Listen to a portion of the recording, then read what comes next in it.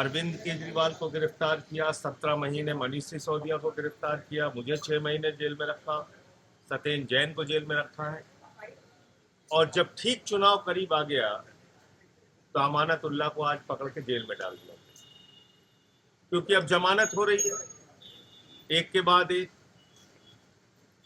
और अब अरविंद केजरीवाल जी को भी जमानत मिलने वाली है, वो भी बाहर आने वाले हैं, तो कोई ना कोई खबर चाहिए, तो अमानतुल्लाह को गिरफ्तार कर लिया। निराधार बेबुनियाद कोई मामला नहीं अमानतुल्लाह का। कैसे गिरफ्तार किया गया? एक इंसानियत होती है, इंसानियत को कुचल कर गिरफ्तार किया गया। अमानतुल्लाह की सासू मां का कैंसर का ऑपरेशन हुआ है 3-4 दिन पहले, वो गंभीर हालत में अस्पताल से यहां लाई गई और घर पे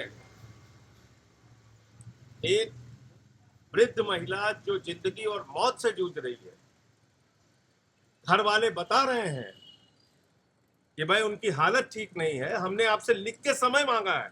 ऐसा भी नहीं कि ईडी को नहीं पता था। अमानतुल्लाह की मदर इन लॉ के बारे में ईडी को नहीं पता था, ये भी नहीं है। लिख के सूचना दी गई कि हमें कुछ समय दे दीजिए, हमारी मदर इन लॉ की तबीयत खराब है, उनको कैंसर हुआ है, कुछ वक्त दे दीजिए, हम इन्वेस्टिगेशन जांच करेंगे। और आपको अब मैं जो बताने जा रहा हूं वो कानून के किस दायरे में जांच है या कॉमेडी है, ये मीडिया के लोग और इस देश के लोग खुद तय करें। 2016 में वक्फ बोर्ड का एक मामला बनाया जाता है और उस मामले के आधार पर सीबीआई पर्चा दर्ज करती है। पहला पर्चा 2016 में, 6 साल तक सीबीआई जांच करती है उस मामले की। 6 साल के बाद फाइनल चार्जशीट दाखिल करती है, अमानतुल्लाह को गिरफ्तार नहीं करती है और सीबीआई कहती है उनके खिलाफ रिश्वतखोरी का, भ्रष्टाचार का, आर्थिक अपराध का कोई मामला नहीं मिलता। 2020 में इसी मामले में एंटी करप्शन ब्रांच एसीबी वो मुकदमा लिखती है। इसी मामले में ईडी कूद पड़ती है, ईडी मुकदमा लिखती है। 2022 में एसीबी अमानतुल्लाह खान को गिरफ्तार करती है। अमानतुल्लाह खान को उसी मामले में जमानत मिल जाती है।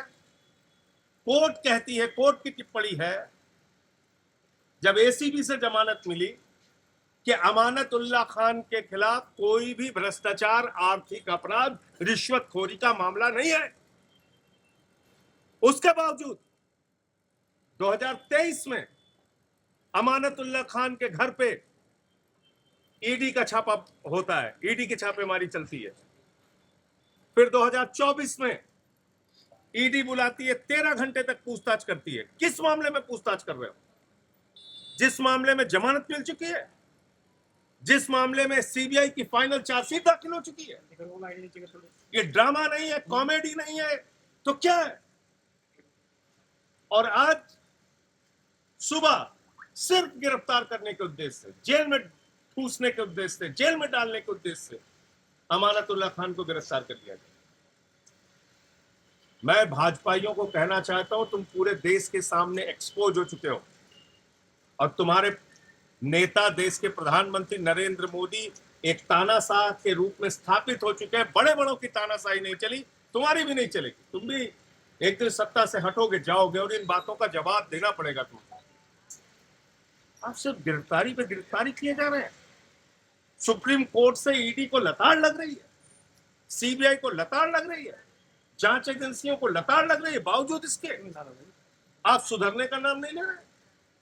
आप आके अरेस्ट करके लेके चले जा रहे हैं, किसी को भी पकड़ो, कॉलर पकड़ के गिरफ्तार करो, जेल में डालो। ये कौन सा न्याय है? ये कौन सी कार्रवाई है? ये कौन सी व्यवस्था है? तो इसलिए पूरी की पूरी आम आदमी पार्टी अमानतुल्लाह खान के साथ खड़ी है, उनके परिवार के साथ खड़ी है। उनकी जो वृद्ध सासू मां है, उनके साथ हम लोगों की सिंपैथी है, सहानुभूति है। लेकिन निर्दयता और तानाशाही की सारी पराकाष्ठा मोदी और ईडी ने पार कर दिया है। ये आज पूरे देश ने और दिल्ली ने देखा। और जिस चुनाव के नाते ये सब कर रहे हैं भाजपाई, उनको मैं बता देना चाहता हूं, ये कार्रवाई तुमको बहुत महंगी पड़ेगी, बुरी तरीके से चुनाव में हारोगे। यही मैं कहना चाहता हूं। न्याय मिलेगा अमानतुल्लाह को भी, उनके खिलाफ कोई सबूत नहीं है, कोई मामला नहीं। विजय नायर को आज जमानत मिली, इस पर क्या कहते इसमें अभी सबको जमानत मिलेगी। विजय नायर को जमानत मिली है, अरविंद केजरीवाल को भी जमानत मिलेगी बहुत जल्दी। इसीलिए तो नया नया मामला ये लोग तैयार करते हैं। खबर कैसे चलाएंगे आम आदमी पार्टी के खिलाफ?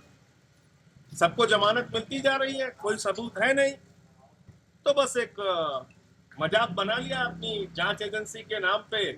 आते हैं, किसी का भी कॉलर पकड़ते हैं, चलो जेल चलो, चलो जेल चलो। सर राजस्थान और गिरफ्तारी का जो आधार दिया उसको पढ़ के आपको शर्म आएगी। सर राजस्थान कह रहे हैं हमारे ऊपर चिल्लाया गया, उल्टा उनके परिवार पे चिल्लाया गया।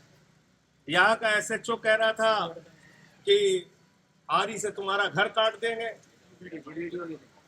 कह रहा घर काट देंगे तुम्हारा, दरवाजा खोलो। तुम डकैती करने आए हो यहाँ पे? डकैत हो तुम लोग यहाँ? डकैत अभी वीडियो दे देना सबको, चला यहाँ डकैती करने आए हो खाकी वर्दी पहन के? तो इसलिए उसकी जो कार्रवाई करनी है वो तो सब हम लोग कोर्ट में रखेंगे, और इस सारे मामले को आम आदमी पार्टी अपने स्तर पे उठाएगी। बुलडोजर जस्टिस को लेकर एक सुप्रीम कोर्ट की टिप्पणी आई है कि आरोपी होने भर से आपके समय भिड़ने गिरा। भाई बुलडोजर जस्टिस कोई जस्टिस सही नहीं है, और मैं तो बार बार कहता हूँ बुलडोजर बहुत बेवफा है। छतरपुर में भी चलता है, अयोध्या में भी चलता है, काशी में भी चलता है। तो सावधान हो जाओ इस देश के लोगों।